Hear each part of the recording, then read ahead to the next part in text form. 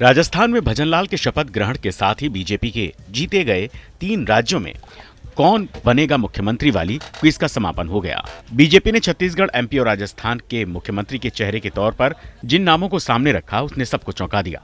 लेकिन अब सवाल यह है कि इन सूबों में जो पुराने चेहरे थे उनका क्या होगा। छत्तीसगढ़ में रमन सिंह, एमपी में शिवराज सिंह चौहान और राजस्थान में वसुंधरा राजे ऐसे लीडर्स हैं जो अपने अपने राज्य में सीएम बनने का मादा रखते थे, लेकिन उन्हें मौका नहीं मिला।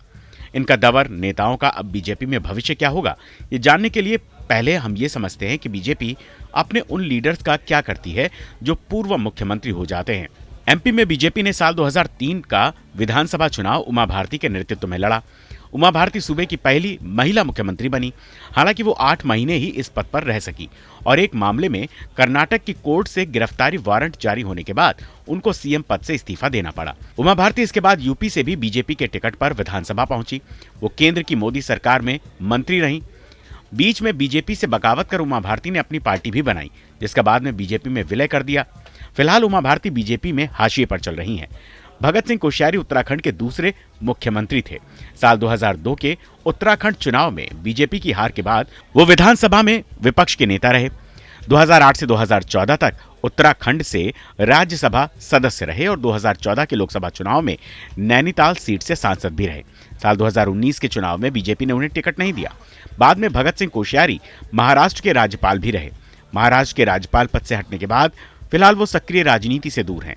भुवन चंद खंडूरी 2007 से 2009 तक और फिर 2011 से 2012 2 बार उत्तराखंड के मुख्यमंत्री रहे। उत्तराखंड के सीएम पद से हटने के बाद खंडूरी लोकसभा सदस्य भी रहे। फिलहाल भुवन चंद खंडूरी नेपथ्य में हैं। रमेश पोखरियाल निशंक उत्तराखंड के मुख्यमंत्री रहे। उत्तराखंड के सीएम पद से हटने के बाद निशंक केंद्र की सियासत में सक्रिय हैं। रमेश पोखरियाल निशंक केंद्र सरकार में कई अहम मंत्रालय संभाल चुके हैं। फिलहाल वो सांसद हैं। त्रिवेंद्र सिंह रावत 2017 से 2021 तक उत्तराखंड के मुख्यमंत्री रहे। उत्तराखंड चुनाव से करीब 1 साल पहले बीजेपी ने सूबे में सीएम बदल दिया और त्रिवेंद्र सीएम से पूर्व सीएम हो गए। वो फिलहाल संगठन में सक्रिय हैं। रघुबर दास 2014 से 2019 तक झारखंड के मुख्यमंत्री रहे। चुनाव में बीजेपी हार गई थी। रघुबर दास को पिछले दिनों ओडिशा का राज्यपाल बना दिया गया था। साल 2014 में बीजेपी की जीत के बाद नरेंद्र मोदी प्रधानमंत्री बने और गुजरात में सरकार की कमान आनंदीबेन पटेल को सौंप दी गई। आनंदीबेन थोड़े ही समय के लिए पद पर रहीं। आनंदीबेन फिलहाल उत्तर प्रदेश की राज्यपाल हैं। विजय रूपाणी 2016 से 2021 तक गुजरात के मुख्यमंत्री रहे। सीएम पद से हटने के बाद विजय रूपाणी संगठन में सक्रिय हैं। विजय रूपाणी फिलहाल पंजाब और चंडीगढ़ के प्रभारी हैं। अब देखना होगा कि वसुंधरा शिवराज को क्या जिम्मेदारी सौंपी जाती है। रमन सिंह को तो छत्तीसगढ़ विधानसभा अध्यक्ष का पद दे दिया गया है।